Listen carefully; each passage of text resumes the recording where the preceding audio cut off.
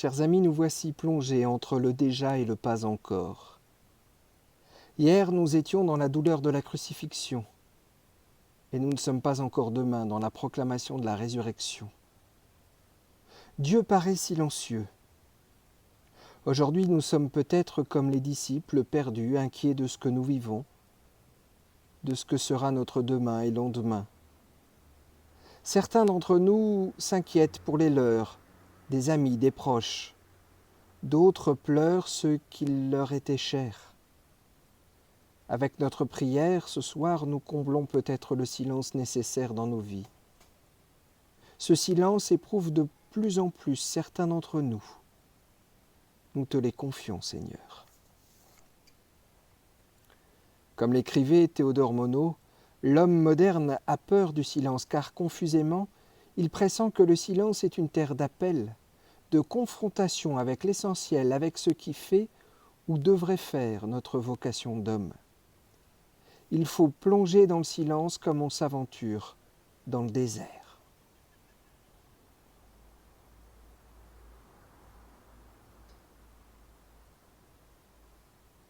Prions tous ensemble avec le psaume 130.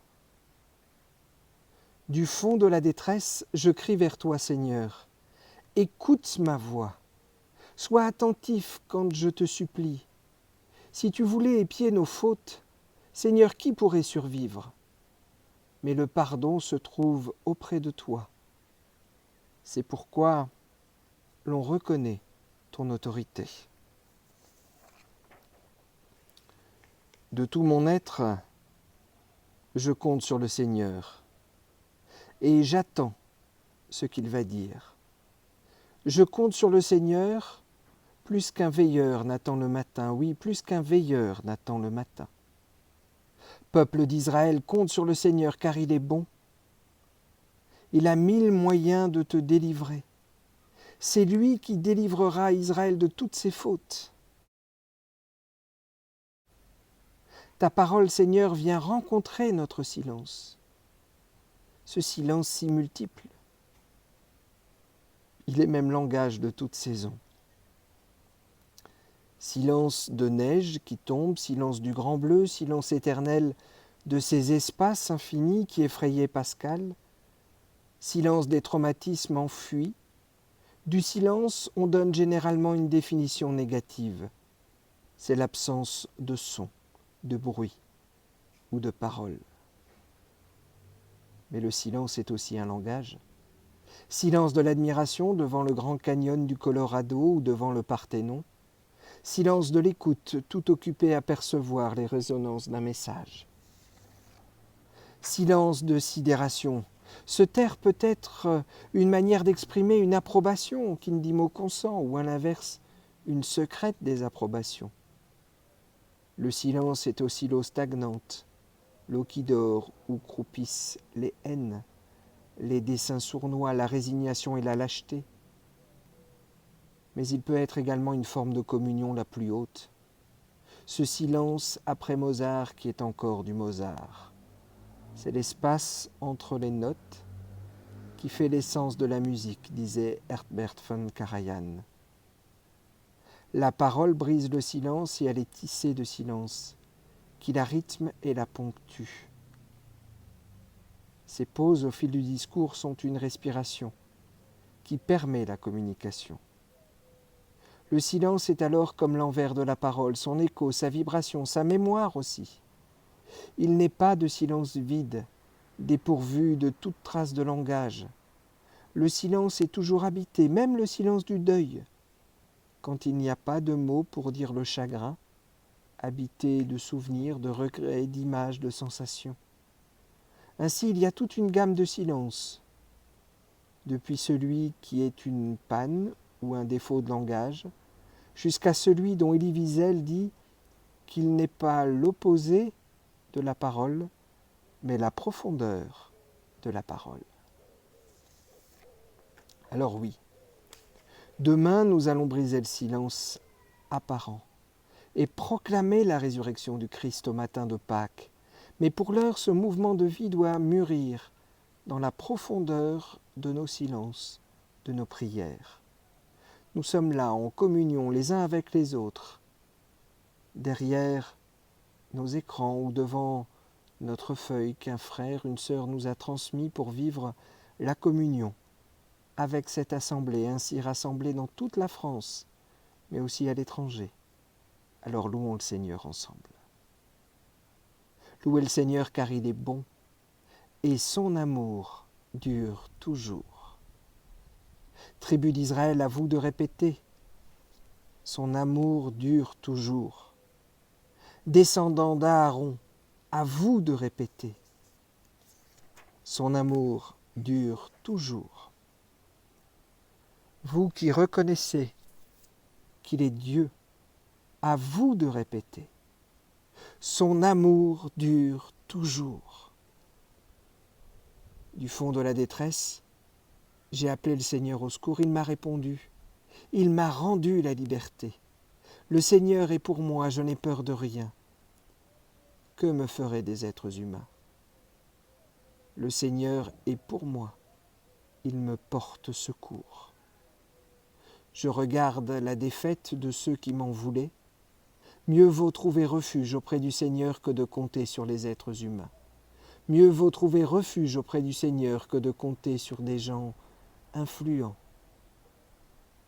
Les païens m'avaient tous encerclé. Au nom du Seigneur, je les ai repoussés. Leur cercle se refermait autour de moi. Au nom du Seigneur, je les ai repoussés. Ils m'assaillaient comme un essaim d'abeilles, comme un feu de paille, ils se sont éteints. Au nom du Seigneur, je les ai repoussés. On m'avait bousculé pour me faire tomber, mais le Seigneur est venu à mon aide. Ma force et mon chant, c'est le Seigneur, il est venu à mon secours. Des cris de joie et de délivrance remplissent les tentes des justes.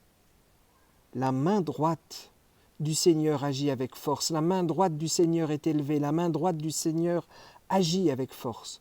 Je ne vais pas mourir, mais je vivrai pour raconter ce que le Seigneur a fait. Le Seigneur m'a corrigé sévèrement, mais il ne m'a pas laissé mourir. Ouvrez-moi les portes réservées aux justes, et que j'entre pour louer le Seigneur. Voici la porte qui mène auprès du Seigneur, que les personnes qui sont justes entrent par là. Je te louerai, Seigneur, car tu m'as répondu. Tu es venu à mon secours. La pierre dont les bâtisseurs ne voulaient pas est maintenant la pierre d'angle. Cela vient du Seigneur, c'est une chose admirable à nos yeux. Ce jour de fête est l'œuvre du Seigneur. Crions notre joie, soyons dans l'allégresse. Nous t'en prions, Seigneur. Viens à notre secours. Seigneur, donne-nous la victoire. Nous t'en prions. Que Dieu bénisse celui qui vient au nom du Seigneur. Depuis la maison du Seigneur, nous vous bénissons. Le Seigneur est le seul Dieu, il nous a éclairés de sa lumière. Formez le cortège, rameau en main, jusqu'aux angles de l'autel. Tu es mon Dieu, je veux te louer. Mon Dieu, je proclamerai ta grandeur. Louez le Seigneur, car il est bon, et son amour dure toujours. Oui, louons le Seigneur pour ce silence d'amour de ce samedi qui nous rejoint dans chacune de nos vies, dans chacune de nos souffrances, dans chacune de nos espérances. Ce silence de Dieu entre le vendredi saint, la crucifixion de Jésus-Christ, jusqu'au matin de Pâques avec le tombeau vide, est certainement le silence le plus habité de l'Écriture qui d'ailleurs n'en dit mot de ce samedi saint. C'est pourquoi nous ne lirons pas de passage du Nouveau Testament aujourd'hui. Rendez-vous compte, disciples et témoins qui ont rencontré Jésus durant son ministère avaient mis pour nombre d'entre eux toutes leurs espérances en cet homme qu'était Jésus et qui décède humilié sur la croix. Quel échec! Le samedi saint, pour tous, pas de doute, il est mort. Il ne se passera plus rien pour eux, se disent-ils. Le monde s'est effondré. Le silence de Dieu est, en ce samedi saint, au premier constat assourdissant. Dans l'Évangile, le silence de Dieu ne dure qu'une journée. Dans nos vies, cela peut durer des jours, des semaines, des mois, des années. Et pourtant, dans ce silence, il se passe la plus belle des choses, une magnifique transformation de la mort en vie. Faisons nôtre maintenant cette prière du Samedi Saint. Que tout en nous se taise et s'apaise pour découvrir la vie qui jaillit du silence de Dieu, pour voir sa lumière éclairer notre nuit d'un feu nouveau, et pour qu'apparaisse dans le doute un chemin d'espérance. Seigneur, fais-nous la grâce de ne pas fuir devant ton silence, mais d'attendre avec patience le murmure doux et léger de ton amour.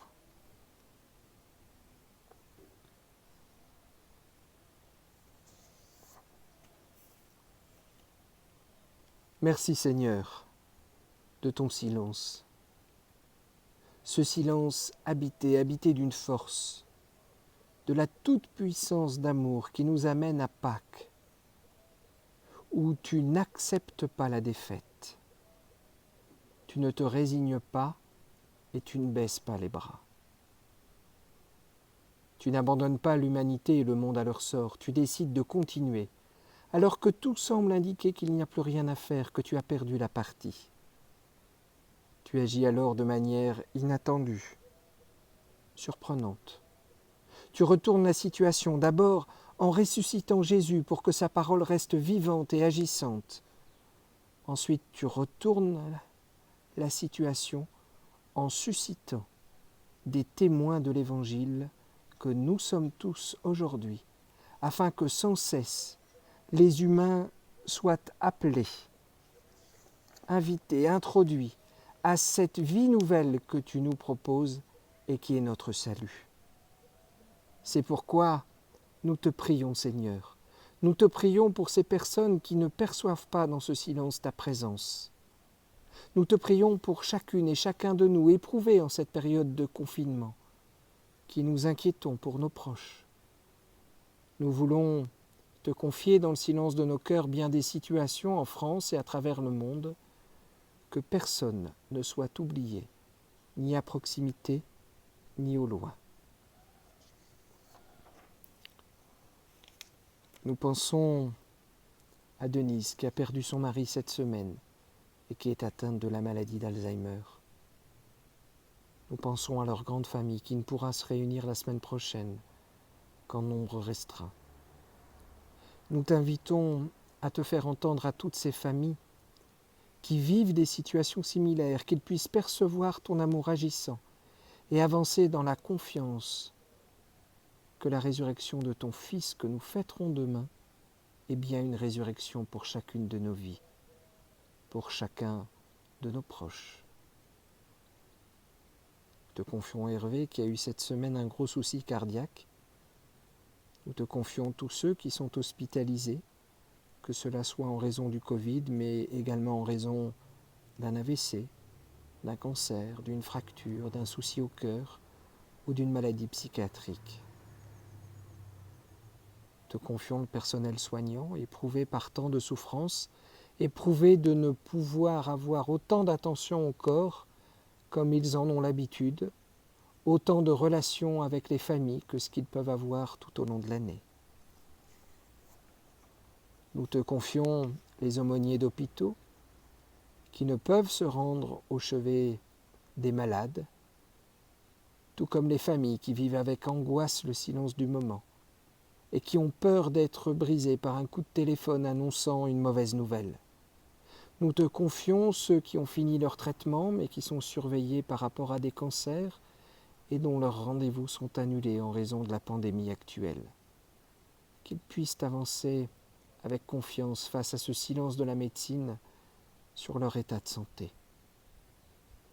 Pour toutes ces raisons, des prénoms s'élèvent de nos cœurs. Nous te confions ainsi particulièrement Ariel, François, Béatrice, Georgia, Marie-Christine.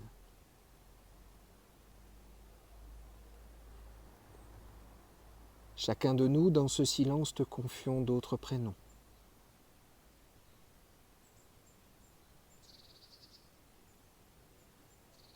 D'autres histoires de vie que nous portons tous ensemble.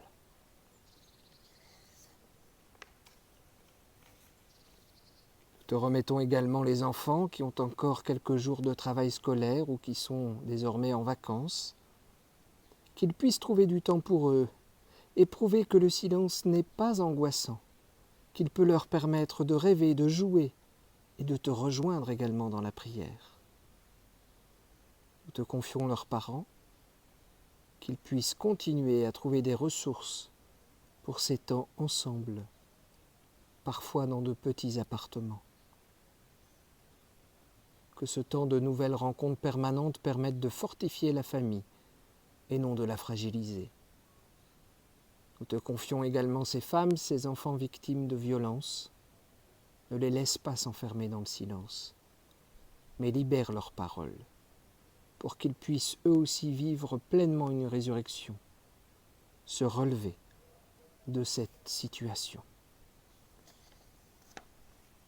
Nous te confions les enseignants, quels que soient les niveaux qu'ils enseignent, qu'ils puissent trouver du repos dans ce temps de pause ou encore de l'énergie dans cette semaine d'enseignement avant des vacances. Nous te confions chacune de nos communautés chrétiennes, que nous ne restions pas dans le silence de nos temples, de nos églises vides en ce week-end de Pâques, mais avancions avec la force de vie que tu nous offres dans le silence du jour. Et tous ensemble, comme Jésus l'a enseigné à ses disciples, nous te disons, Notre Père qui es aux cieux, que ton nom soit sanctifié, que ton règne vienne, que ta volonté soit faite sur la terre comme au ciel. Donne-nous aujourd'hui notre pain de ce jour et pardonne-nous nos offenses, comme nous pardonnons aussi à ceux qui nous ont offensés. Ne nous laisse pas entrer en tentation, mais délivre-nous du mal. Car c'est à toi qu'appartiennent le règne, la puissance et la gloire, au siècle des siècles. Amen. Dans le temps du silence, quand l'humain se trouve seul et délaissé, sans entendre ta voix, Seigneur, dans le temps du silence, quand l'humain languit dans son désert sans y entendre ta voix, rappelons-nous que ce n'est pourtant que l'instant du silence, dans l'intimité de la conversation avec toi. Béni soit donc aussi ce silence, comme chacune de tes paroles que tu nous adresses. Ne nous laisse jamais oublier que tu nous parles aussi quand tu te tais. Donne-nous cette consolation. Si nous attendons ta venue, que tu te tais par amour, comme tu parles par amour. Ainsi que tu te taises ou que tu parles, tu es le même Père. Tu as le même sentiment paternel et maternel, que tu nous guides par ta voix ou que tu nous éduques par ton silence. Oui, Dieu nous bénit et nous garde tous dans sa paix et son amour. Rien ne pourra jamais nous séparer de l'amour de Dieu. Amen.